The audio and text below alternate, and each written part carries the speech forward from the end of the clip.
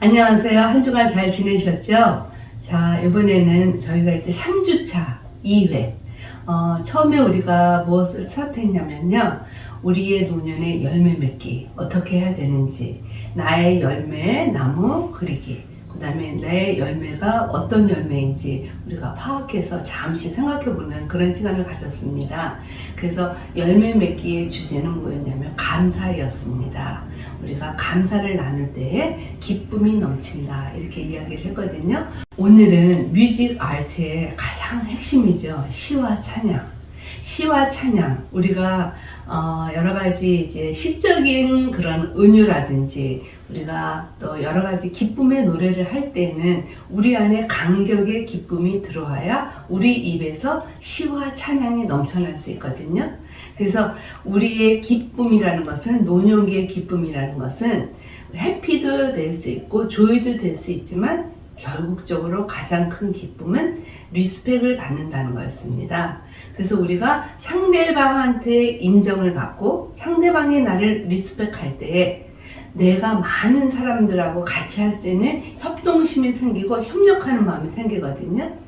그럴 때에는 우리가 이제는 내가 무엇을 해야 될까라는 열정을 우리가 갖게 된다고 이야기를 했습니다. 그래서 노년기에는 우리가 기쁨의 열정을 우리가 표현하는 거예요. 그 기쁨의 열정 표현이 바로 시쓰기, 노래하기, 찬양하기, 춤추기, 그 다음에 악기놀이하기, 많이 놀기, 이런 것들입니다. 그리고 우리가 열정을 갖게 되면 우리 안에 또 무엇이 생기냐면 앞으로의 우리가 천국에 가기 전까지의 꿈과 비전을 우리가 가지고 있을 수 있다 그랬어요. 꿈과 비전은 청소년 때에만 느끼는 것이 아니라 노년기에도 우리가 가질 수 있는 희망의 배를 타는 겁니다. 그래서 희망의 배를 타기 위해서 우리가 가지고 있는 미래의 설계, 우리의 꿈을 마지막 때 어떻게 우리가 잘 활용을 해야 되는지, 그래서 어떠한 비전으로 우리가 하늘의 문을 놓고 해야 되는지를 우리가 알 수 있는 것, 그것이 바로 기쁨이고 그것을 나누는 것이 우리 뮤직 아트의 핵심이라고 우리가 이야기를 했습니다. 그리고 저희가 이제 꿈과 비전을 갖게 되면요, 기쁨이 넘치니까 말할 것도 없어요. 너무 행복해요. 너무 행복해요. 그런데 이제는 노년의 행복을 우리가 우리 안에 남아있는 것으로 가지고 오는 것이 아니라 많은 사람들하고 나누어야 된다 그랬어요. 그래서 중년기 이후에 우리가 해야 될 것은 나눔 배려라고 이야기를 했습니다.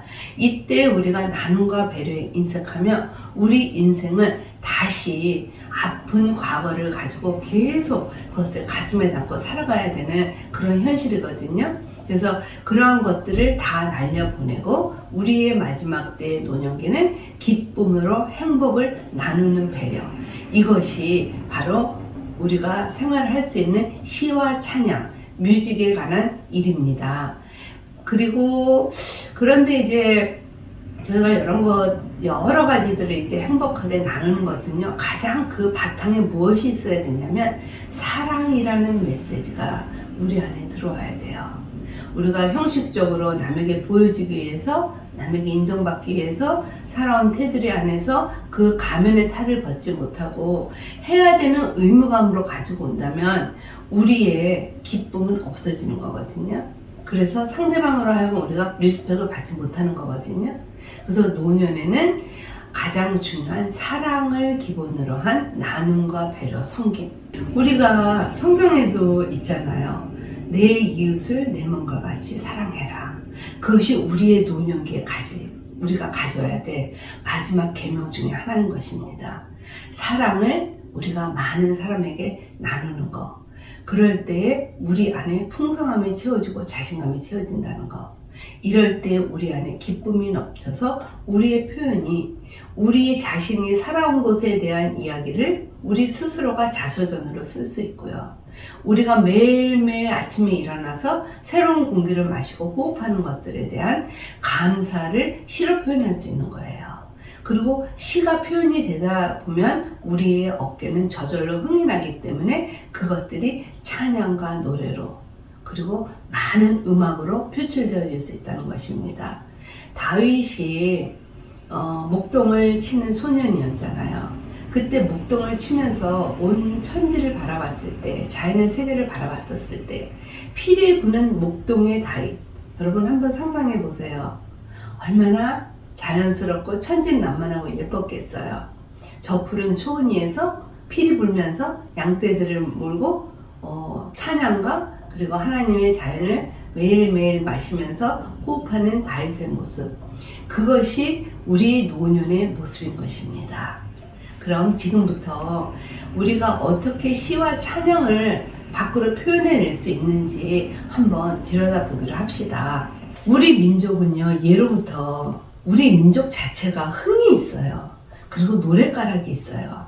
그래서 우리 민족의 역사를 이렇게 보면요, 장구 치고 춤추고 그리고 노래하고 그리고 악기 다루고 그리고 농사를 짓다가도 어깨를 피면서 피리를 따다가 나뭇잎 피리, 그 가지를 따다가 피리를 불고 그리고 소리를 내고 보릿잎으로 마주치면서 또 소리 내고 어깨춤을 추고, 그리고 농사지러 갈 때에도 우리가 물동을 이고 가든지 점심을 이고 가든지 할 때에 우리가 어깨춤을 추면서 가는 그런 모습들을 우리가 역사적인 그런 드라마라든지 역사적인 소설이라든지 역사의 흐름을 보면서 우리가 많이 보여져 왔고 우리가 많이 익혔습니다.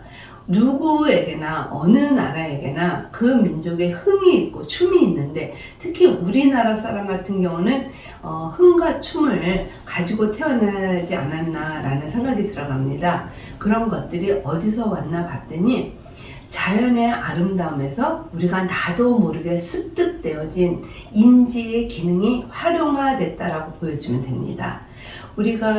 우리나라는 산천초목이 푸르고 또 여름에는 온 강물과 계곡이 풍성함의 폭포 소리를 내고, 또 가을에는 산과 들과 모든 나무들이 주홍빛과 단풍잎으로 물이 들여져 있고, 겨울에는 또 아름다운 눈으로 아름다운 세계로 장식하는 그러한 우리가 사계절을 가지고 있는 그런 나라에서 저희가 살았습니다. 그러다 보니까 계절의 변화의 무상함으로 인해서, 계절의 변화의 흐름으로 인해서 저희가 그때마다 느끼는 감각과 그때마다 느끼는 호흡의 숨소리가 다르거든요. 그래서 그것들을 우리가 그냥 참지 못하고 어떻게 했냐면요, 밖으로 표출되었습니다. 그래서 어깨춤들이 우리 국민성안에는 항상 무엇이 좋다 그러면 어깨춤을 춥니다. 그래서 얼씨구 절쓰고 하고 어깨춤 추는 그런 이제 민속노래를 많이 볼 수 있거든요. 그래서 우리는 이제 미국에서 살면서 우리가 이 나이 먹도록 살면서 중년기를 거쳐서 이제 열심히 살았는데, 우리가 우리 자연의 모습에서 가지고 있었던 그 흥의 모습을 잊어버렸다면 이제는 노년기에 우리가 그 흥의 모습을 다시 찾아야 되는 것이에요. 그래서 우리가 가지고 있는 어깨춤의 모습으로 다시 되돌아갈 수 있도록 우리가 우리의 모습에서 아름다움을 추구하고 기쁨을 밖으로 표현해내는 과정, 이것이 시와 찬양의 메아리인 것입니다. 그런데 지금 현재 나의 배경이나 환경은 나를 어깨춤을 추고 흥에 겨웠던 것들을 표현할 수 있는 그러한 환경에 있는데도 왜 나는 그것을 아직까지 못했다면 생각을 해보셔야 돼요. 왜 못했을까요? 우리가 살아오면서에 눌려있던 감정들, 살기 위해서 발버둥 쳤던 감정들, 그리고 누군가를 이겨야 됐던 거, 또는 모으기에 급급했던 거, 아니면 출세하기에 급급했던 거, 이런 것들이 나를 짓누르고 있지 않았나 한번 생각해 보셔야 되는 거예요. 우리 자신 스스로가 어깨춤을 출 수 없다면 지금은 내 자신을 한번 들여다 보시기 바랍니다.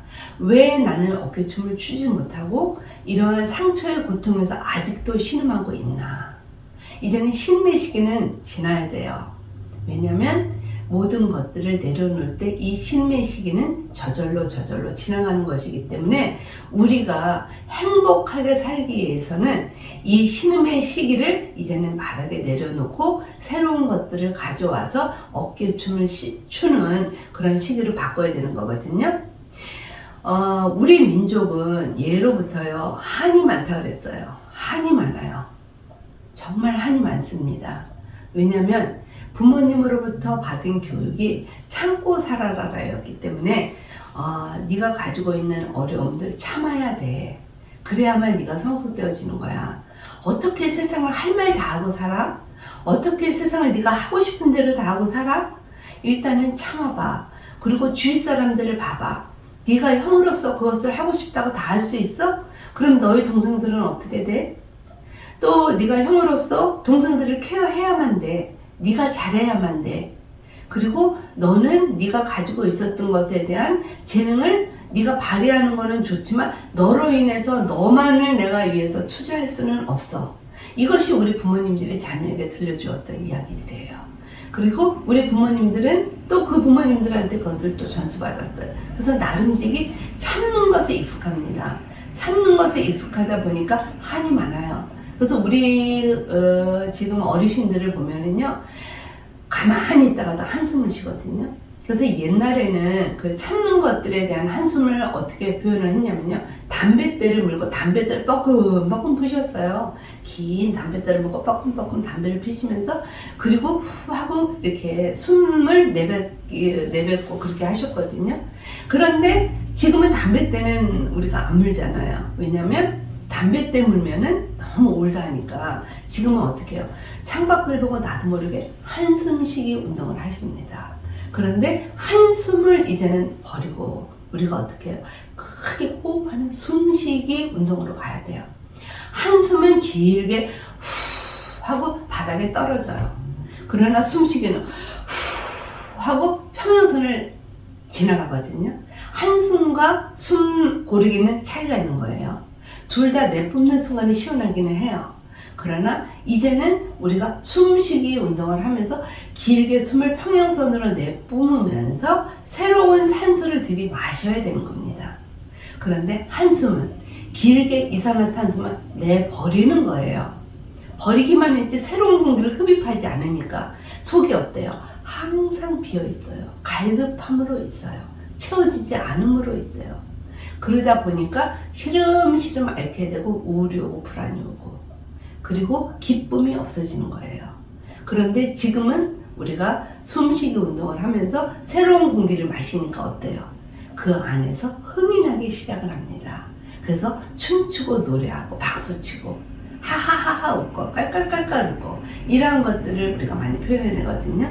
그래서 우리 지금 행복한 시니어 프로그램 중에서 잠언, 전도, 아가, 시편 너무너무 아름다운 그 대목들이거든요. 시편에 의해서 하나님이 만들어주신 자연의 소리를 우리가 듣고 시로 엮어내는 거. 또 아가를 통해서 하나님이 우리에게 아름다움을 주셨기 때문에 그걸 사랑으로 표현하는 거. 그리고 사랑으로 표현하는 사람들마다 뭐가 있어요? 지혜가 있어요. 그것이 잠언, 전도서입니다. 그래서 이 시와 찬양이라는 것은 4편의 성경귀가 다 들어가 있습니다. 시편, 잠언, 전도, 아가. 우리가 이 프로그램을 통해서 자연의 소리를 듣고 나의 사이드에 나오는 여러 가지 소리를 듣고 나의 인생에서 걸어오는 소리를 듣고 그것들을 나의 저널로 써보기를 하시고요. 시로 표현하세요. 그리고 사랑의 언어의 메시지를 아가의 뭐냐? 우리가 찬양으로 표현하시고 노래로 표현하시고 내가 가수도 되고 작사, 작곡가도 되는 겁니다. 그리고 이러한 것들을 우리가 어떻게 우리 차세대에게 같이 쉐어할 것인가? 아니면 우리 가족하고 쉐어할 것인가? 우리 이웃하고 나눠줄 것인가? 지혜의 아름다움으로 아름다움의 언어 표현으로 나타내주는 겁니다. 그리고 가장 좋은 하나님의 말씀과 더불어 우리가 많은 이웃들에게 같이 나누는 것, 이것이 시와 찬양 뮤직 아트입니다. 지금 시편, 잠언, 전도, 아가서라고 이제 제가 얘기를 했는데요. 시편에는요 구체적으로 하나님의 성품의 소리가 들려 있습니다. 그것이 찬양의 은혜인 것이에요. 그래서 다윗의 목동치는 노랫소리, 산과 자연, 또 초목에서 들리는 시냇물 소리에서 들리는 하늘의 천둥 번개 빗소리에서 들리는 아름다움을 다윗은 하나님께 시로 표현을 했습니다. 그래서 시의 대가가 다윗이라고 볼 수 있거든요. 다윗의 시기에서 우리가 많이 나타내지는 게 있어요. 이제 우리가 시편 19편 1절 말씀에 보면은요, 하늘의 하나님이 영광을 선포하고 궁창이 그의 손으로 하실 일을 나타내시는도다. 하늘의 하나님이 영광을 선포하신대요. 그리고 하나님이 일을 하십니다. 우리는 그저 하나님이 주어진 그 자연의 법칙 안에서 무엇만 하면 돼요. 마음껏 뛰어놀고 흥겹게, 그리고 하나님께 찬양을 올려드리면 되는 것입니다. 그것이 시편의 글귀거든요. 내가 가지고 있는 나의 허물, 내가 가지고 있는 나의 죄악, 그것을 누가 탓하겠어요? 탓할 사람 아무도 없습니다. 왜요? 하나님이 우리를 상처 하나, 흔적 하나 남기지 않게끔 우리의 허물을 덮어주시기 때문에 우리가 가지고 있었던 허물, 부끄러움, 수치, 이거 내려놓고 마음껏 버리세요. 그리고 두려워하지 마세요. 그것을 누가 가지고 나에게 모욕감을 준다 하더라도 하나님께서 그 입을 막으실 거고요. 하나님께서 그 사람이 그것을 표현하지 못하도록 하나님께서 우리를 안전하게 돌보실 것입니다. 우리 주위에 참 많은 이제 분들을 볼 수 있는데, 우리가 이제 많이 그룹 앉아서 이야기를 나누다 보면은요, 나도 모르는 사이 상대방의 이야기를 합니다. 상대방의 이야기를 하다 보면 그 상대방의 이야기에 대해서 좋은 점을 이야기를 하지 않아요. 과거에 저 사람이 어땠대, 과거에 저 사람은 이렇게 살아왔대. 그런데 지금 와갖고 그 허물을 싹 숨기고 있는 거야. 그리고 그 허물을 들춰내게 작업을 시작하는 분들도 많거든요. 그 허물을 들춰내는 그 순간에 그 상대방 허물을 가지고 있는 그 사람이 부끄러운 게 아니에요.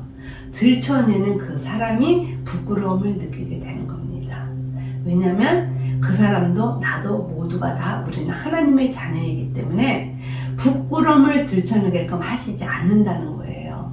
보호해 주신다는 거예요. 감싸 주신다는 거예요. 우리가 상대방의 허물을 들춰내려고 애를 쓰지 마시고, 그 사람의 허물을 보기 전에 내 안의 허물을 먼저 들여다보고 내가 이것을 버리는 거, 내가 이것을 토해내는 거, 부끄러움이 아니고 수치가 아닌, 내가 토해낼 때에 이산화탄소는 내버리고 새로운 산소를 우리가 마시면서 하나님께서 나를 안전한 곳으로, 아름다운 곳으로 나를 인도하신다는 거, 여러분들 잊으시면 안 될 것 같습니다. 나의 반석이시오 나의 구속자이신 여호와여, 내 입의 말과 마음의 묵상이 주님의 앞에 연락되기를 원하나이다. 나의 입술과 말의 혀, 굉장히 중요하죠. 우리가 살아가면서 가장 중요시 여겨야 될 것이 말이 씨가 된다 그래요.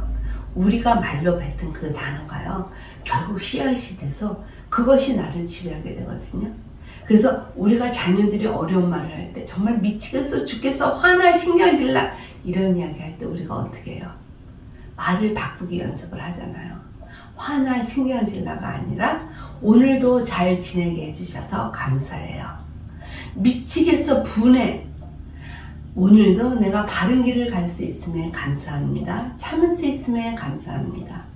나는 하나님의 영광을 볼 거예요 라고 선포하게 해주세요. 나의 입술의 말과 묵상, 이것이 하나님 앞에 올려드리는 고귀한 말로 전달될 수 있도록 우리가 매일매일 마음의 밭을 경작을 해야 됩니다. 무엇으로? 아름다운 찬양의 모습으로 내 마음을 경작하는 것, 이것이 바로 우리가 시를 쓸 수 있는 기본적인 토대가 되는 것입니다. 그런데 우리 노년기에 우리 어르신들 이렇게 보면요, 감사로, 기쁨으로, 찬양으로 하나님께 올려드리는 언어 참 많아요. 그런데 또 그렇지 못하시고 아파하시는 분들 많거든요. 근데 그분들은 내가 이 말을 정말 왜 해야 되는지를 몰라요. 습달된 그냥 습관된 언어 표현인 거예요. 그러다 보니까 인생의 노후가 어때요? 힘들어요. 그리고 짜증나요. 그래서 이렇게 나도 모르게 습관된 언어 표현, 우리가 감사함으로 바꿀 수 있도록 도와줘야 돼요. 우리는요, 가랑비 오셨는데 하잖아요. 이슬비 오셨는데 하잖아요. 어떻게 젖었는지 몰라요. 그런 것들이 우리 안에 한이 많다 보니까 우리도 모르게 짜증나, 불쾌해, 미치겠어, 죽어버리고 싶어, 정말 화나, 왜 저런다니? 이런 표현을 하게 되거든요. 그런 것들을 우리가 그분들이 갖고 있는 이슬비의 옷을 젖은 그 모습이기 때문에 우리가 서서히 어떻게 해요? 걷어줘야 돼요. 그런데 우리가 이슬비의 옷 젖듯이 서서히 걷을 수는 없어요. 우리에게 옳지 못한 행실이라든지 우리에게 올바르지 못한 표현이라든지, 왜냐면 우리 이제 얼마 안 남았거든요, 천국 가는 게. 그렇기 때문에 마음이 급해요. 그래서 이런 표현들은 어떻게 해요? 소낙비가 부듯이, 소낙비가 퍼 부어서 씻겨 내려가듯이 단번에 이것들을 씻겨 내려갈 수 있는 영향력을 우리가 주어야 합니다. 이 영향력이 뭐예요? 너 그렇게 말하면 안 돼. 평상시 그렇게 말해왔는데 그게 몸에 배어있어. 그렇게 말하면 안 되는 거야. 이렇게 말해. 가 아닙니다. 우리는 어떻게 도와줘야 된다 그랬어요? 그 사람이 가지고 있는 그런 언어의 표현을 우리가 그냥 억셉을 하면서, 나도 모르게 인생을 살아가면서 너무너무 힘들었었던 것이 많았나 봐. 그래서 나의 입술의 말과 표현이 그렇게 표현되어지네. 이제 우리 머지않아 하나님 앞에 가야 되는데 우리 요거를 한번 바꿔볼까? 이렇게 표현하면 참 좋을 것 같아. 하나님, 나를 여태까지 힘들고 무거운 가정에서도 여기까지 지탱할 수 있도록 도와주신 하나님 감사해요. 이렇게 내가 오늘도 눈 뜨고 숨 쉴 수 있는 것에 감사해요. 하늘의 영광을 바라보고 하늘의 파란 빛깔을 바라보고, 그리고 내 주위에 이렇게 좋은 사람들을 붙여주신 거 감사해요. 나는 이제 하나님 부르셔도 감사함으로 천국에 나 들어갈 준비가 되어 있습니다. 하나님, 내가 사는 날 동안 매일매일 기쁨으로 감사로 올려드릴게요. 하루하루가 얼마나 이렇게 행복한지 몰라요 라고 고백할 수 있도록 우리가 옆에서 소낙비를 부어주셔야 되고 같이 매일매일 대화를 하셔야 되는 겁니다. 이것이 우리가 살아온 것에 대한 한숨을 단번에 걷어들이게 할 수 있는 소낙비의 역할을 할 수 있는 겁니다. 저희 이제 콜로라도에요. 저희 이제 이모님하고 이모부님이 사세요. 지금 이제 90이 훨씬 넘으셨는데 다행히 감사한 거는 그분들 안에 아직도 치매기는 없으세요. 그리고 두 분들이 의지를 하시면서 사세요. 그러다 보니까 90세의 우리 이제 어르신들, 그 시절에 유행했던 그런 이제 노래들이 한풀이의 노래가 많아요. 인생은 나그네 길, 어디서 왔다 어디로 가는지 라든지 여러 가지 그런 한 맺힌 인생곡이 많더라고요. 그리고 이제 기분이 좋으셔갖고 우리 이모부님이 작사를 하셨어요. 작사를 하셨는데 그 작사의 내용이 한풀이의 작사였어요. 나는 여태까지 살아온 것이 고달프고 어렵고 힘들었어요. 그런데 이제는 내가 조금 더 좋은 길로 가려고 노력하고 있어요. 나에게 자녀 주신 것에 대해서 감사한데 매일매일이 걱정돼요. 이런 식의 이제 한풀이의 노래였어요. 그래서 제가 우리 이모부님하고 이모하고 같이 앉아서 작사 작곡 노래를 불렀어요. 지금의 현실에 대해서 감사함을 갖고 왔어요. 하나님, 나에게 음식을 만들 수 있는 좋은 기술을 주셔서 감사합니다. 맛있게 먹게 해주셔서 감사합니다. 하나님, 오늘도 이 아름다운 음식을 내가 먹고 잘 지낼 수 있어서 감사합니다. 주의 영광이 어찌 그리 아름다운지요. 주님의 세계는 참 아름답습니다. 이 세계에 내가 살고 있는 것 자체가 은혜고 감사입니다. 그리고 내 마누라가 옆에 있는 거, 내 남편이 옆에 있는 거 어찌 그리 사랑스러운지요 라고 제가 이제 그 찬양의 글귀로 작사 작곡을 편곡해 드렸거든요. 이분들이 작사 작곡을 하시면서 음악을 편곡을 하시는데요, 정말 기가 막히세요. 왜냐면 평생에 흥이 살아올 우리 민족의 그 민족성이 나타나는 그 시점이더라고요. 그러면서 이 작사한 것을 찬양으로다가 편곡하시는데 너무너무 아름다웠습니다. 그리고 매일매일 아침에 일어나면 당신이 만든 작사 작곡에 편곡을 붙여가지고 그것을 가지고 찬양을 올려드리고 노래를 해요. 그리고 흥겨워하셔요. 그리고 서로가 사랑하시는 모습을 봤거든요. 이것이 우리가 노년기에 우리가 소낙비를 부어서 우리의 마음에 가지고 있는 우리의 음악성을요 바꿔서 나타나게 하는 표현법입니다. 그럴 때 내가 행복해지는 거거든요. 한번 우리 지금 이 시간 내가 가지고 있는 나의 음악성이 뭔가 한번 잠깐 생각하시고요. 작사 한번 해보세요. 지금 바라다 보여지는 것이 내 앞에 지금 보여지는 것이 무엇인지, 창문 밖에 있는 아름다운 석류나무의 그 나뭇가지와 열매인지, 감나무인지, 빗소리든지, 여러분들 지금 그 시간을 캐치하세요. 빨리 잡으세요. 그리고 그것을 가지고 내가 즐겨 부르던 노래로 엮어보세요. 우리 다들 노래 잘하세요. 왜냐면 우리 요 나이 때 노래방 많이 가셨어요. 그래서 노래방 가서 탬버린도 치고요. 그리고 그 호화찬란한 그 무대의 광경 속에서 저희가 그 라이트 안에서 춤도 추고 노래도 불러봤거든요. 이것을 우리가 영광스러운 춤의 잔치로, 파티의 잔치로 우리가 만들어낸 우리의 작사 작곡의 모습으로 한번 나타내 보세요. 그리고 그때의 감정이 어떤지를 일기로 써보세요. 그러면 내가 가지고 있는 지금의 현재의 시와 찬양의 노래가 만들어질 것입니다.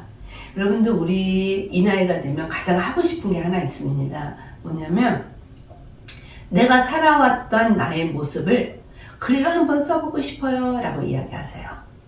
그래서 에세이로 저널로 나의 일생을 아마 소설로 쓰면 굉장할 겁니다. 나의 인생이요 굉장히 파란만장했고요. 여기까지 오는데 되게 힘들었거든요. 이것을 글로 쓰면 아마 베스트셀러가 될 거예요. 나름 다 그렇게 생각하세요. 맞아요. 우리는 다 베스트셀러 작가예요. 그런데 그것을 표현하지 못하는 건데 슬픔의 베스트셀러 작가 말고요. 이제는 우리가 가져온 것들에 대한 그 경험을 바탕으로 우리가 그것을 통해서 우리의 삶이 성숙되었던 모습으로 바뀌었던 거.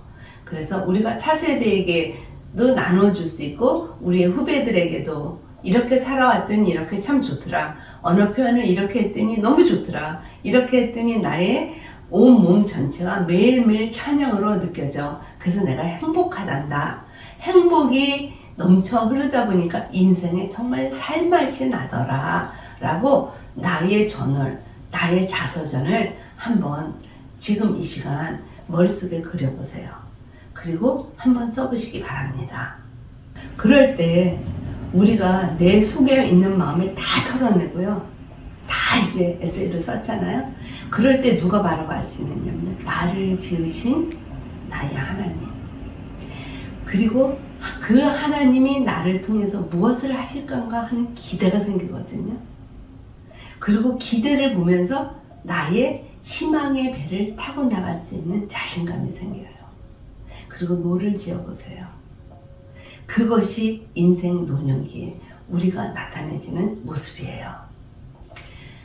순간순간에 오는 희망의 기쁨, 이것이 아름다움으로 바뀔 때 우리의 모습은 더 찬란한 노년의 모습으로 발전할 수 있는 것이에요.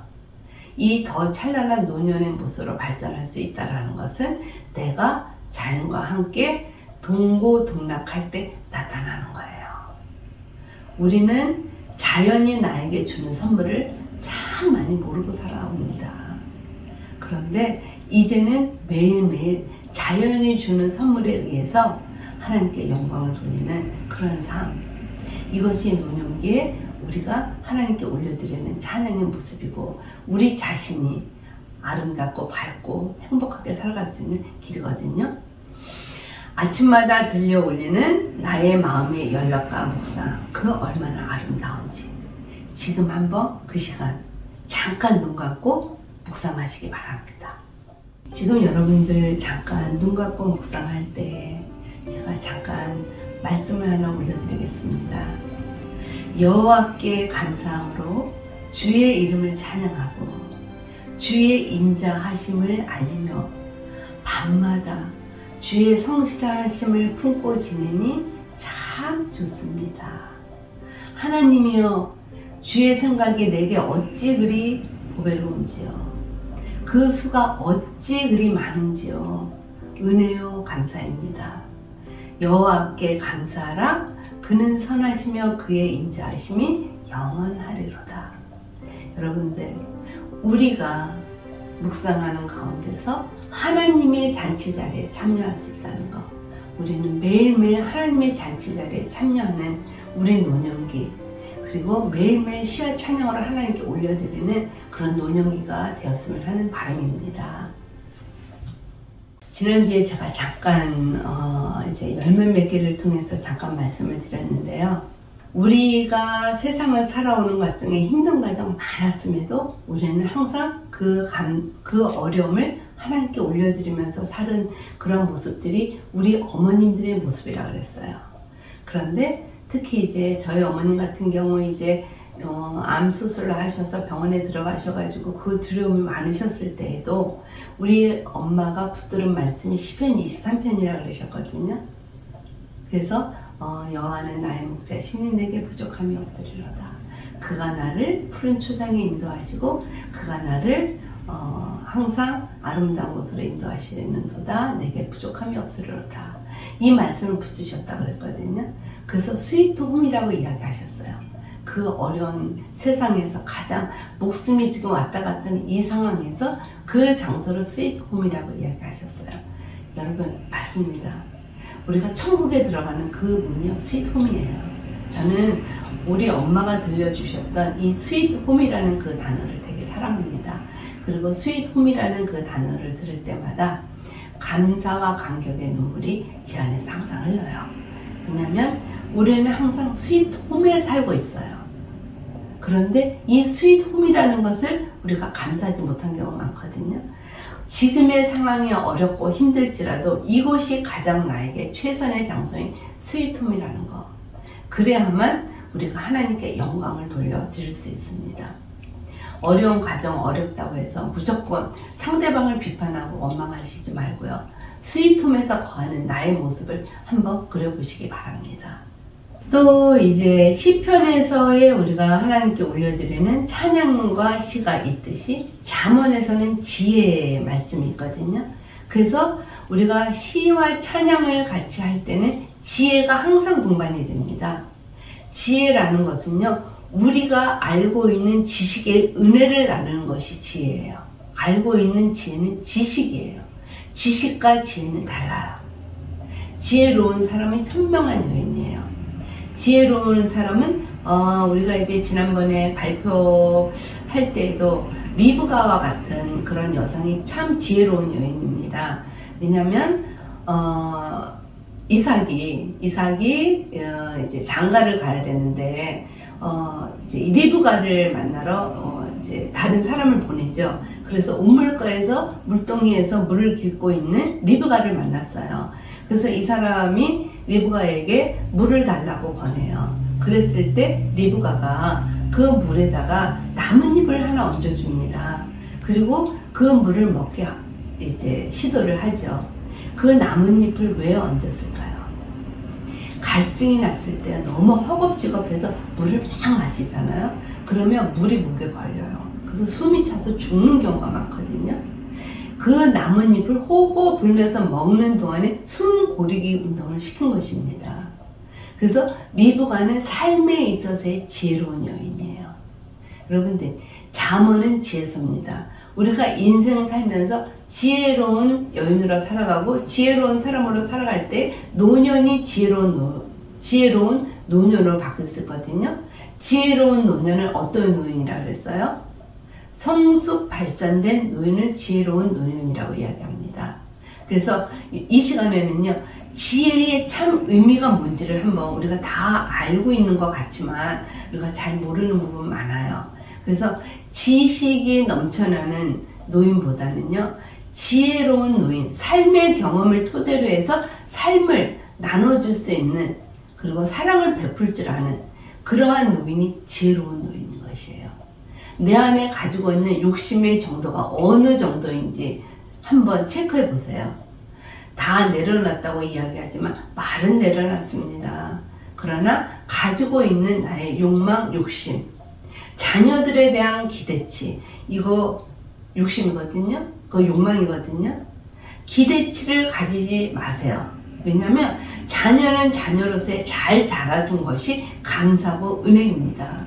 우리가 이 자녀들이 어떻게 성장해야 되는지를 옆에서 보호하고 지혜로운 말씀과 지혜로운 행동으로 그들과 함께 하는 것이, 이것이 우리 노년이 자녀들에게 베풀 수 있는 지혜로움이에요.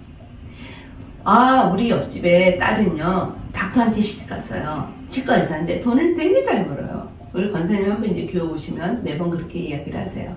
당신이 못다 일을 하는 딸이 풀어줬어요. 그래서 치과 의사 돈을 잘 벌더라고요. 그래서 이제 치과 의사 사이를 뒀어요. 그러니까 매번 백이 바뀌어요. 샤넬, 최하가 누비똥이더라고요. 그리고 오셔서 자랑하세요. 그러면 그거 받았을 때 장모님이나 딸이, 엄마가 딸한테 뭐라 그래요? 야, 너무 고마워. 나 이거 진짜 갖고 싶었던 백이야. 누구 엄마도 이거 갖고, 누구 엄마도 가진, 내가 갖지 못했었는데 정말 갖고 싶었어. 내가 역시 딸을 시집을 잘 보냈어. 정말 귀한 딸이야. 이렇게 칭찬을 하거든요. 그런데 그 딸은 그 순간에 무엇을 느껴요? 부담감이라는 단어를 갖고 오게 됩니다.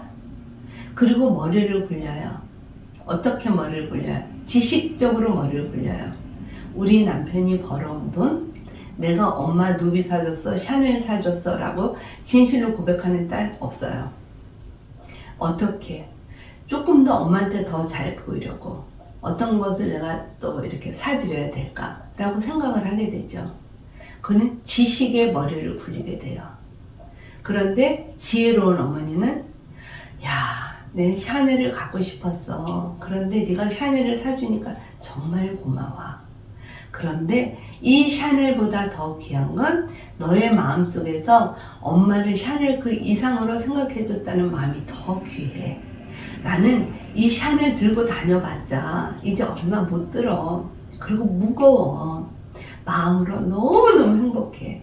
우리 딸이 나에게 샤넬을 사서 어깨에다 메어준 것보다도 더 행복해. 샤넬보다 더 귀한 딸이 내 딸이라는 것을 내가 알기 때문이야 라고 샤넬을 리턴하게 해주세요. 그리고 그 딸에게 매일매일 토닥토닥 어깨를 두드려 주시고요. 그 딸이 무엇을 좋아하는지 나의 사랑의 마음의 표현으로 보여주세요. 그것이 지혜로운 어머님이고 지혜로운 부모님입니다. 그러면 그 자녀들은요, 부모가 가진 거 절대 욕심내지 않습니다. 부모의 재산이 자녀한테 다 가도요, 그 자녀는 우리 부모님 것은 우리 부모님 거, 우리 부모님한테 나는 부모님이 물려준 거 가지고 최선을 다할 거야. 어떻게 우리 부모님을 행복하게 해줄 수 있을까? 이렇게 지혜의 머리를 굴려요. 그것이 바로 우리가 하나님께 올려드리는, 자녀들과 함께 올려드리는 찬양의 메아리인 것입니다. 여러분, 시와 찬양은요, 지혜에서 나오는 것이에요. 그래서 우리가 지혜로운 자녀, 지혜로운 부모가 되려면요, 우리가 하나님 앞에 정직한 마음으로, 순결한 마음으로, 그리고 자율성 있는 마음으로 하나님의 창조를 리스펙하는 그런 노인이 되어야 되는 것입니다. 지혜는요, 진주보다 귀해요. 그래서 내가 사모하는 어떠한 것과도 비교할 수가 없어요.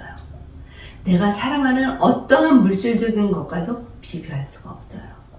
왜냐하면 지혜는 진주보다 빛나는 값어치를 갖고 있기 때문입니다.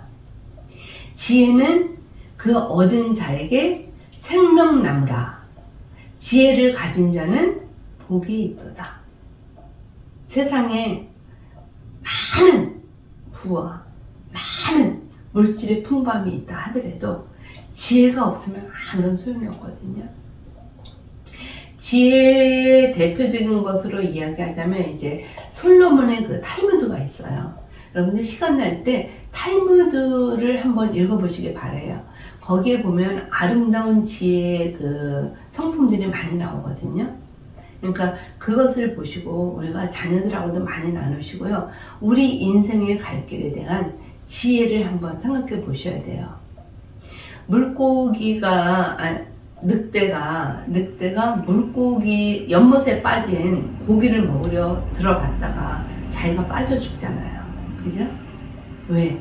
자기의 비춰진 모습이 그 안에 있는지를 모르고 색다른 고기 덩어리를 누군가가 가져가니까 그것을 뺏어 먹으려고 들어갔다 빠져 죽는 경우 많거든요.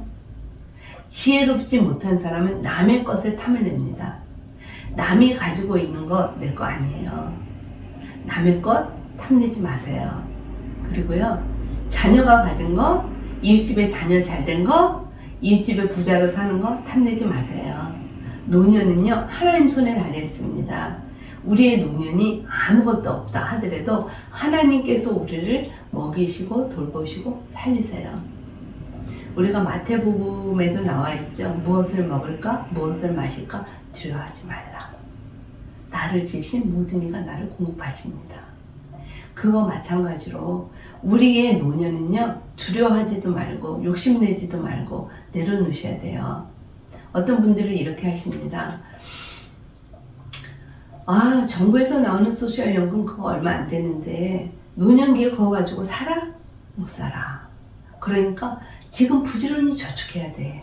어떻게 저축해? 이제 늙었는데. 그러니까 씀씀이를 줄여. 그리고 거기에 맞춰. 그리고 어떻게 여태까지 그동안 살면서 돈을 한 번 못 모았어? 그리고 그거 가지고 살려고 그래? 이렇게 이야기하시거든요. 그리고서 자기 것에 대해서는 이제 늙으니까 돈 나가는 게 두려워. 그 돈이 아쉬워 하고 주머니를 안 여세요. 그러지 마시고 여러분들 내 주머니를 열어서요, 많이 베푸는 사람 손길을 보세요. 그 사람들 주머니에 돈 없어요. 저희 이제 제가 잘 아는 이제 교회 사모님이 한 분 계시는데, 제가 이제 급하게 한국에 200불을 보내야 될 일이 있었어요. 그래서 이제 그 어떤 목사님이 굉장히 편찮으셔가지고 제가 이제 그분한테 이제 선물을 하나 해야 되겠다 싶어가지고 200불을 이제 필요해갖고 제일러로 200불을 이제 보내야 되는데, 제가 제일러를 할 줄 몰라가지고 이제 그 사모님한테 부탁을 드렸어요. 그래서 사모님은 참 많이 베푸시는 분이에요. 진짜 자기 주머니에 얼마가 있는지 잘 모르겠지만 많이 이렇게 넉넉함으로 베푸세요. 그래서 나는 그분이 굉장히 돈이 많이 있는 줄 알았어요. 그래서 제가 카톡을 드렸죠. 아, 내가 지금 200불의 그 돈이 필요한데 젤로를 200불 좀 여기로 송금해 주세요. 내일 제가 드릴게요. 그랬어요. 근데 그 사모님이 저한테 카톡이 왔어요. 크크크. 제가 통장에 7불이 있더라고요. 7불이 있더라고요. 제가 순간에 그 얘기를 들으면서 약간 가슴이 싸했어요. 그리고 뭉클했습니다.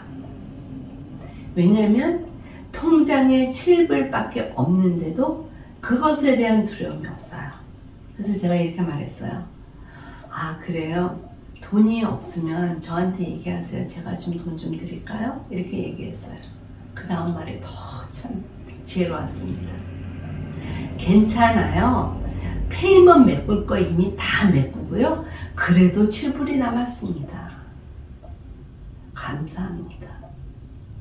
여러분, 무엇을 먹을까, 무엇을 마실까, 내일 일을 두려워하지 마라. 나를 지으신 이가 하나님이기 때문에 내가 어디를 가든지 간에 내 주머니는요, 항상 넘치고 흐른다는 겁니다. 이런 믿음으로 살아가는 그런 분들이 지혜로운 여인이에요. 그런데 우리는 노년이 되면 될수록요, 깝깝해져요. 깝깝해져서 주머니를 절대 못 열어요. 음식점에 가서 밥을 먹어도요, 내가 이 밥값을 얼마를 내야 되지? 하고 막 머릿속 계산해요. 저 사람이 낼 거야? 내가 낼 거야? 저 사람 화장실 가면 어떡하지? 이제 이렇게. 그러다 막판 대책으로 생각해낸 것이 뭐냐면, 개인당 나누기 해. 그러다 보니까 너무 편하더라. 편해요. 개인당 나누기 하면 너무 편해요. 그런데 뭐가 마비가 될까요? 인간의 감성이 마비가 돼요. 주거니 받거니가 정확해져야 돼요. 더 주고 덜 주고가 없어요. 그전에는 내가 있으면 더 줄 수 있고 내가 모자라면 못 낼 수도 있어요. 내가 기분 좋아서 밥 살 수도 있어요. 이러한 감성의 흐름이 마비가 돼요. 이게 노년기에 우리가 겪는 과정입니다. 그런데 노년기를 거쳐가면 갈수록 내가 이만큼의 돈이 있으니까 이거는 내가 살게, 사면서에 누리는 기쁨 얼마나 큰지 몰라요. 노년기에도요, 주머니를 많이 여셔서 많이 베푸세요. 그 어린 사모가 베풀면서 7불이나 있어요 라고 고백했던 그 지혜로운 그런 말처럼, 여러분들 노년기 우리는 그 7불을 가진 그 사모보다 돈 많이 있거든요. 왜냐면 우리는 고정적으로 정부에서 나오는 한 달에 그 봉급이 있어요. 그래서 우리를 연방공무원이라고 이야기하잖아요. 그런데도 두려워해요. 그러면 그 사람 안에서 기쁨은 없어요. 매일매일 조달려요. 매일매일. 이거 다 쓰면 어떡하지? 이거 또 다 쓰면 어떡하지? 그렇게 하지 마시고, 한 달에 50불에 푸드 스탬프가 나오면 여러분들 그거 가지고 푸드 스탬프 이거 사갖고 이거 뭐 한 달 동안 먹어야 돼 하고 디바이드 하시지 말고요. 그날 쓰세요. 다 쓰세요. 박스도 과자도요, 박스로 사세요. 그리고 많이 사세요. 그리고 쓰세요. 그리고 없잖아요? 근데 남아요. 제가 과자, 요즘에 유행하는 과자가 뭐 이렇게 옥수수 콘으로 되어 있는 붓김인가? 뭐 하여튼 그런 과자가 있어요. 그거를 한 개를 샀어요. 근데 되게 비싸요. 근데 50불이 나온과 동시에 17불을 주고 박스를 샀잖아요. 제가 그 과자를 2달을 먹더라고요. 여러분, 풍성함으로 채우세요. 50불의 그 효과가 대단히 크더라고요. 풍성함으로 나누세요. 지질되지 마세요. 그럴 때는 찬양의 소리가 안 나옵니다. 7불이나 남았어요 라고 고백되어지는 우리의 삶의 노년이 되시기를 바랍니다. 제가 이제 어린이 학교 현장에서 35년을 지금 일을 하고 있어요. 일을 하고 있으면서 매번 35년이라는 한 현장에서 일을 할 때 여러분들 제가 얼마나 지식적으로 뛰어났겠어요. 어린이 학교의 프로그래머 대가라고 말할 수 있거든요. 왜냐면요, 35년을 한 우물을 팠기 때문이에요. 그런데도 제가 그렇게 풍성함에 처해 있는데도 항상 어린이학교 프로그램 어떻게 만들어야 되지? 어떻게 만들어야 되지? 그 한 해가 시작되면요, 프로그램을 내 머릿속으로 막 굴려요. 그리고 좀 더 잘 만들기 위해서 온갖 방면으로 좋은 프로그램을 다 서치합니다. 그리고 좋은 프로그램 카피를 떠요. 만들어내는 것도 있지만 카피를 잘 떠요. 요즘은 정보 시대이기 때문에 카피를 잘하는 사람이 성공할 수도 있다고들 하잖아요. 다 소용없습니다. 카피 떠서 만들어내는 것은 카피에 불과합니다. 내 안에 찬양의 소리를 남이 하는 것을 갖다가 쓰는 거 카피에 불과해요. 잠깐 도용의 기쁨이 있을 수 있어요. 내가 만들어내는, 내가 35년 동안 이 분야에 능란했기 때문에 내 과정대로 내가 그때마다 하나님께 지혜를 구합니다. 내 머릿속에 되는 게 없거든요. 하나님께 지혜를 구할 때 하나님께서 그때그때 쏟아지는 영감을 저에게 부어주셔요. 그리고 새로운 것들을 보게 하시고 새로운 만남을 하나님께서 연결해 주셔요. 그러므로 어린이 학교 프로그램이 매년 새롭게 됩니다. 그래서 좋은 프로그램을 만들어내거든요. 우리가 가지고 있는 내 안에 편견된, 내가 무엇을 해야 되겠다고 계획되어지는 거, 나의 지식의 머리를 활용해서 무엇인가 해야 되겠다고 구체적으로 계획을 세우는 거, 그거 다 소용이 없습니다. 어떻게 해요? 새로운 것들을 하나님께 의뢰하면서 지혜를 구하면서 새로운 것들을 창조해내는 자율성, 그게 크리에이티브 아트거든요. 그러면서 거기에서 느껴지는 감사의 표현을 시로 만들어내세요. 제가 이제 칼럼을 가끔 쓰거든요. 칼럼을 가끔 쓰게 되면요, 제가 잘 쓰든 못 쓰든 간에 제가 시를 씁니다.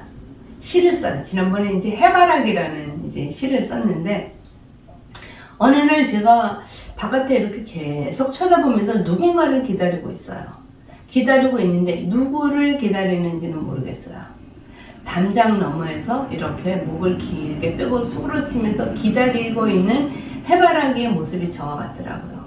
근데 그 해바라기는 누구를 기다렸을까요? 따뜻한 햇빛을 기다리고 있었을 거예요. 그리고 고개 숙이면서 그 안에 열매를 많이 맺고, 그리고 사람들이 와서 내 밑에서 사진도 찍고 열매를 따가서 건강으로 좋은 것들로 채울 수 있도록 하기 위해서 목을 길게 빼고 기다리고 있는 모습이었어요.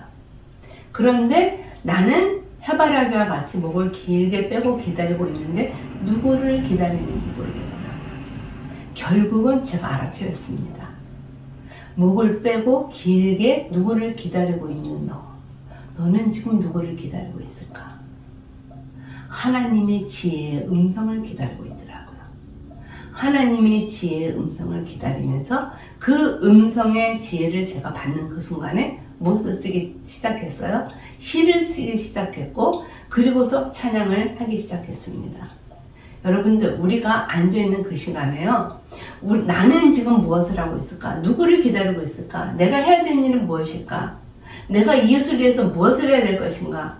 내가 나를 들여다보세요. 내 주머니에 나가는 돈을 막을 것인가를 생각하지 말고, 저 사람이 나보다 더 많이 차비도 더 냈어, 뭐 어디 가는 놀이비도 더 냈어, 따지시지 말고 내가 여유 있으면 더 내면서 그 기쁨을 우리가 가슴속에 간직하고요, 지혜로운 마음의 밭을 형성하시면서 그것들을 찬양으로, 글로, 그리고 나의 에세이 전집에 한 도막에 글을 넣어주세요.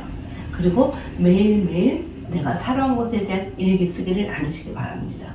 그리고 그런 것들을 모아서 칼럼을 쓰시고요, 칼럼을 쓰고 난 다음에 나의 일생의 자서전을 쓰시는 겁니다. 이것이 내가 노년기에 갈 때 행복의 마지막 마침표를 찍을 수 있는 나의 인생의 기록부인 것입니다. 우리가 시와 찬양에는요, 시편, 잠언, 전도, 아가가 있다고 그랬잖아요. 그래서 이제 잠언은 지혜를 나누는 거고, 이제 전도는 우리에게 교훈을 하라는 교훈서예요. 어떻게 살아라라는 교훈서잖아요. 그런데 이 교훈서에는 6가지 하나님의 열매가 있습니다. 그 열매는 내가 청년 때 너의 창조주께서 나에게 한 일을 기억하라.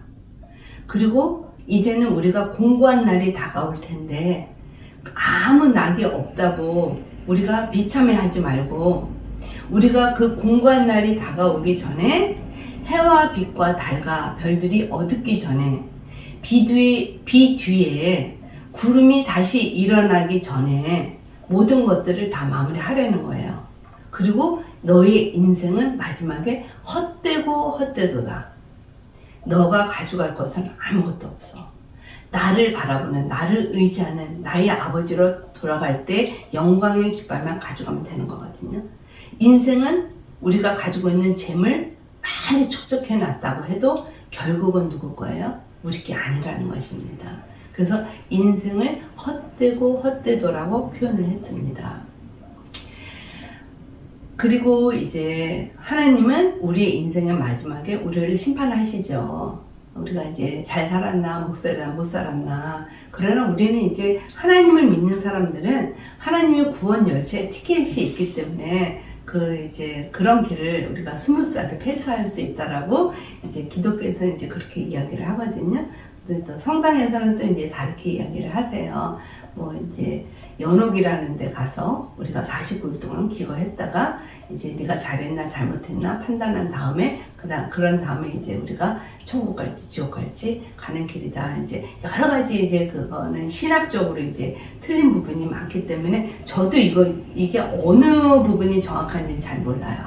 왜냐면 저는 기독교인이기 때문에 하나님께서 구원의 열차를 타고 올라갔을 때 내가 이제 심판의 길에서 그냥 패스할 거다라고 생각을 하지만, 그 패스의 길은 결국은 뭐냐면 내가 진리의 말씀대로 하나님의 성경의 말씀대로 던했을 때 그때 제가 구원 열차를 타고 올라가는 거지, 내가 죄악을 일삼고 모든 행실이 나빴을 때는 우리가 그 구원의 티켓팅 열차에 올라탈 수 없다라는 거. 이것이 이제 저의 신앙관이라, 제가 하나님의 말씀을 정말 도를 지켜서 죄를 안 지려고 노력하지만 그거는 노력에 불과한 거지 결국은 죄를 짓게 되거든요. 그런데 우리 믿는 사람과 안 믿는 사람의 차이는 뭐냐면, 믿는 사람은요, 죄를 지으면 자기 양심이 알아요. 그래서 어떻게 해요? 또 회개해요. 그리고 또 죄 져요. 참 이게 굉장히 참 아이러니컬하기도 해요. 그런데 이제 어떤 분들은 나는 하나님을 안 믿기 때문에 죄 자체를 안 져, 이렇게 이야기를 하세요. 그런데 죄 자체를 안 지는 거는 좋지만 티켓팅을 할 수가 없잖아. 구원 열차나 구원 방주에 올라갈 티켓을 사지 못하는 거예요. 아무리 세상이 좋다 하더라도 우리가 어느 목적지를 향해서 갈 때는요, 그 목적지에 갈 수 있는 티켓이 있어야 되는데 티켓이 없으면 조금 곤란하지 않을까라는 생각이 들어갑니다. 이제 저희 이제 우리 아버님께서, 이제 우리 아버지는요, 굉장히 이렇게 가을이 되면 되게 좋아하셨어요. 그래서 가을에 그 누런 황금밭을 보시면 되게 좋아하셨어요. 그리고 그걸 보면 항상 이랬어요. 저 누런 황금밭에 익은 이삭들을 오래 먹는 사람은 참으로 좋겠다. 수고하고 노력한 결과를 네가 올해는 맛볼 수 있겠구나 라는 이제 그런 말씀을 많이 하셨어요. 우리 아버지가 이제 많이 편찮으셨기 때문에 그런 죽음에 대한 어떤 그런 이제 두려움도 있으셨던 것 같아요. 그런데 평생을 살아오시면서 굉장히 열심히 사셨어요. 그래서 누런 벼익은 모습을 보고 그 벼를 다 익을 수 있도록 농사를 지으면서 열심히 성실껏 이렇게 이제 살아오셨거든요. 그리고 우리에게 이제 하시는 말씀이 있었어요. 그리고 찬양 중에 또 제일 좋아하시는 찬양이 그거였어요. 일하러 가세요, 일하러 가. 삼천리 반도 금수강산, 일하러 가세요, 일하러 가. 그리고 하나님의 말씀에 순종하는 모습이었어요. 그리고 저에게 매번 하신 말씀이 그거였어요. 네가 살아있는 이 자리에서 너에게 주어진 이 자리가 너가 가질 수 있는 최선의 자리야. 그 다른 꿈을 꾸는 것도 좋지만 이 무대가 너의 최선의 무대야. 여기서 최선을 다해라. 그리고 게을리 하지 마라.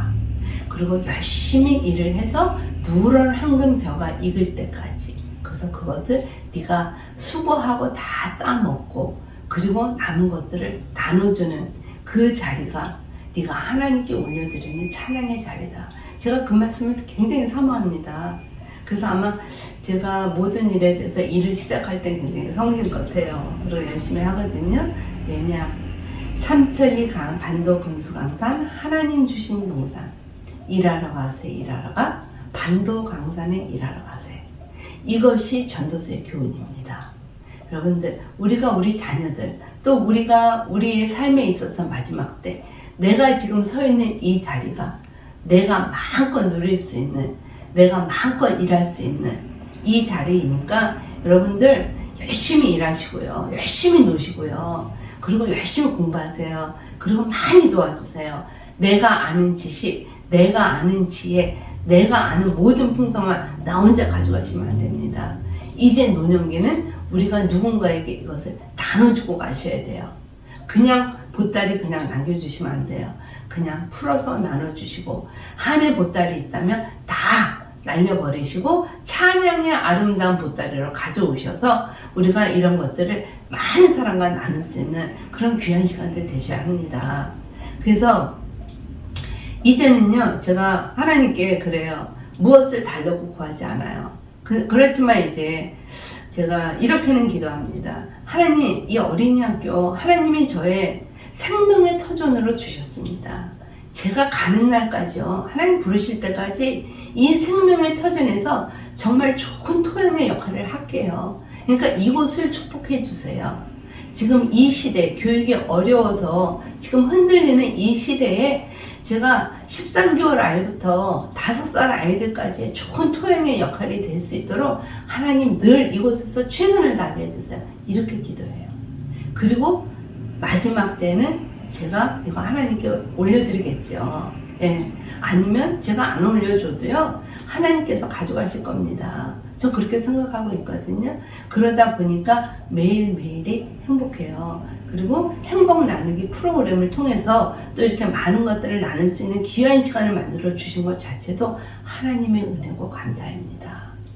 저한테는 이제 여동생이 하나 있어요. 그래서 이제 인도네시아에서 이제 선교 사역을 오랫동안 했어요. 그리고 그곳에서 이제 봉제학원도 하고요, 또 정신치료소도 하고, 그리고 이제 많은 사람들에게 그 양재를 가르쳐서, 그리고 그 우물도 파고, 그리고 이제 또 대학교에서 우리 그 동생 남편은 대학교에서 강의도 하시고, 이제 현지 교회를 이제 협력하시고, 이제 이런 일들을 많이 했거든요. 여러분들, 선교사들이 무슨 돈으로 하겠어요? 교회 후원을 받아서 하겠죠. 그러나 그 남의 돈, 남의 호주머니에서 돈을 꺼내서 쓴다는 거 되게 어렵잖아요. 교회 후원이 그렇게 쉽지 않아요. 교회 후원이 정말 진실되게 잘 되는 사람도 있지만요, 모름지기 숨어서 일하는 사람들은 빛을 발휘한다라고 보지를 못하기 때문에 성경금을 그렇게 많이 받지 못하거든요. 두 가지의 양상이 있어요. 빛을 진짜 발휘하는 사람이 있고 사진 찍기를 잘하는 사람이 있습니다. 그런데 우리는 분별의 영이 거의 없어요. 그래서 말 잘하는 사람을 좋아하고 사진 찍기 좋아하는 사람을 저희가 이제 이렇게 보여지게 하거든요. 그런데 이제 저희 동생 같은 경우는 참으로 이제 신실해요. 그러다 보니까 항상 주머니가 좀 말라 있어요. 그래서 이제 저희가 한국에 있는 부모님이 물려주신 지구를 이제 팔아가지고 인도네시아의 버섯 농장을 재배하기로 했거든요. 그래서 거기서 이제 산을 사가지고 그곳에다가 이제 버섯 농장을 재배를 했어요. 그래서 그 버섯 농장에서 이제 사람들에게 버섯을 재배하는 법을 가르치고, 그리고 이제 거기서 버섯을 가지고 팔아가지고 이제 우물도 파주고 여러 가지 일들을 해요. 그리고 그 나라에 있는 그 젊은이들에게 양재를 가르쳤어요. 양재를 가르쳐가지고 기술을 습득하게 해가지고, 또 인도네시아에는 한인들 공장이 많습니다. 의류 공장도 많고 신발 공장도 많아요. 그래서 그런데 취직할 수 있도록 그렇게 해서 이제 사역을 했어요. 그런데 그 중에 이제 정말 머리가 좋고 또 뛰어난 그런 이제 신학생들이 있었습니다. 그래서 이제 거기에 신학교에 기숙사를 하나 만들어줘서 그들에게 이제 그 학비를 대주고, 그리고 이제 졸업을 시켰어요. 그랬더니 이제 지금은 굉장히 훌륭하게 대학원까지 나와서 인도네시아 방송국에서 아나운서로 일을 하면서 많은 사람에게 복음을 전하는 또 귀한 자매도 그렇게 이제 생겨났거든요. 이것이 우리가 세상에서 할 수 있는 일입니다. 그것이 바로 하나님 앞에 나갈 수 있는 소망의 길이에요. 그런데 이들 모습에서 제가 느낀 거는, 이 다음에 한국에 들어오면 집 한 칸도 없을 텐데 어떻게 저렇게 사나 항상 마음적으로 걱정을 했거든요. 그런데 그 또한 하나님께서 예비하시더라고요. 어떠한 방법을 통해서라도 위기의 순간에 하나님께서 그들을 살 수 있도록 미리 복음자를 마련해 놓으시더라고요. 우리의 미래, 우리가 주머니를 꽁꽁 맨다고 해가지고요, 그게 죽을 때까지 우리가 평생에서 넉넉하게 살지 않습니다. 아까 말씀드렸던 7불이나 남았어요 라는 고백의 사무처럼, 또 한국에 들어와서 어떻게 살까 걱정하지 않아도 이미 준비해 놓으신 하나님의 위대한 섭리처럼 우리의 노인계인 우리들도요, 이제는 우리가 가지고 있는 염려의 보따리, 걱정의 보따리 내려놓으시고 주머니를 여는 연습, 이것이 노년기에 우리가 앞으로 가야 되는 전도서의 교훈인 것 같습니다. 여러분, 이제 아가서가 이제 남았네요. 자, 아가서는요 뭐예요? 솔로몬과 술람미 여인의 사랑 이야기예요. 결국은 그것은 하나님과 우리와의 사랑 이야기를 이야기하는 것입니다. 그래서 거기 참 아가서는 말만 들어도요 굉장히 아름다워요. 그런데 이제 결국은 뭐냐면 우리 부모님들의 고귀하신 크신 사랑의 모습을 시로 표현해낸 것이 바로 아가서라고 보시면 돼요. 우리가 솔로몬과 술람미 여인의 입은 사랑 이야기지만 그것이 하나님과 우리와의 사랑 이야기, 하나님과 부모님이 나와 함께하는 사랑 이야기. 여러분들, 우리가 하나님의 모습의 형체를 누가 닮은 것 같아요? 우리 부모님이 닮은 겁니다. 우리 부모님을 통해서 하나님이 우리에게 그 사랑을 느끼게 하신 거거든요. 그래서 부모님의 헌신적인 사랑이 결국은 하나님의 사랑인 거예요. 제가 우리 부모님을 이제 잃었을 때, 그때 제가 느낀 건 그거였어요. 우리 엄마는 예수님의 형상을 입고 이 땅에 오셨구나. 내가 예수님과 함께 동행했구나. 그런데 이제 내가 사람의 모습의 형상인 예수님을 천국으로 보내니까 이제는 우리 엄마는 우리 예수님 옆에서 기쁨을 많이 나누실 거야. 그래서 제가 마음을 많이 이제 상실해서 회복이 됐었거든요. 그것처럼 아가서는요, 하나님과 우리와의 고귀한 사랑의 이야기입니다. 나는 샤론에 수선하여 골짜기에 백합화로다. 내 사랑은 가시나무 가운데 핀 백합화로다. 백합이라는 그 꽃, 그리고 무화과 나무에는 푸른 열매가 익었고 포도나무는 꽃을 피워 향기를 토하는구나. 너무 아름답죠? 하나님이 또 우리에게 하시는 말씀이 있어요. 나의 사랑하는 나의 어여쁜 자야, 일어나서 함께 가자. 나의 사랑하는 나의 어여쁜 자야, 일어나서 함께 가자. 하나님은 우리의 노년기에 우리에게 말씀하셔요. 내 사랑하는 자야, 날이 저물고 그림자가 사라지기 전에 돌아와서 베데르산의 노루 어린 사슴 같을지라도 나의 사랑하는 나의 어여쁜 자와 일어나서 함께 가자.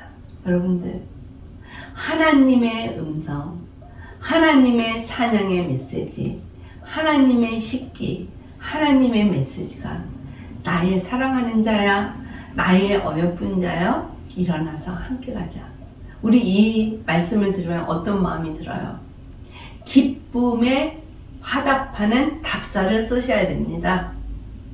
이 글귀를 가지고 여러분들 지금 이 시간 답사를 쓰시기 바랍니다. 나에게 나의 사랑하는 나의 어여쁜 자야, 일어나서 함께 가자. 여러분, 무엇이라고 이야기를 할까요? 무엇이라고 이야기할까요? 저는 이렇게 이야기하고 싶어요. 정말 오랫동안 그리웠어요. 정말 보고 싶었어요. 목을 길게 뺀 해바라기 꽃처럼 내가 당신을 그렇게 그리워했나 봐요. 나를 안으러 오신 당신 너무 감사합니다. 행복하게 갈래요. 라고 나는 웃으면서 그렇게 시계를 쓰고 싶습니다. 여러분들 어떻게 쓰고 싶으세요? 이 대목이 여러분들 마음속에서 노인기 끝날 때까지 나의 사랑하는 자야, 나의 어여쁜 자야, 일어나서 함께 가자. 하나님의 음성과 하나님의 찬양의 소리로 여러분들 가슴속에 파고들어서 노년기를 잘 장식할 수 있는 시와 찬양의 메시지를 하나님께 올려드리는 그런 우리 노인들, 그런 영광의 노인들이 되시기를 간절히 바라고요. 우리가 이제 좋은 정말 훌륭한 그 케어사로 아니면 지도자로 나갈 때 우리 어르신들에게요, 마지막 메시지 이 음성 잊지 마시고 들려주시기 바랍니다. 그래야만 그분들이 그 가슴 속에서 행복의 기쁨을 나눌 수 있고요. 늙어가면서 사랑하는 사람 없다고 생각할 때 얼마나 외롭겠어요. 그런데 마지막 때에 우리를 기다리시는 분이 나의 사랑하는 자야, 나의 어여쁜 자야, 일어나서 함께 가자. 이 음성의 메시지를 들었을 때 그분들에게서 보여지는 밝은 웃음의 미소, 여러분들이 만들어 주셔야 됩니다. 그것이 우리 이 행복한 시니어 만들기의 지도자 과정에 여러분들 동참하시는 여러분들이 해야 되는 일일 것 같습니다. 여러분들 또 이 시간 수고하셨고 또 감사했습니다. 또 일주간 평안하세요.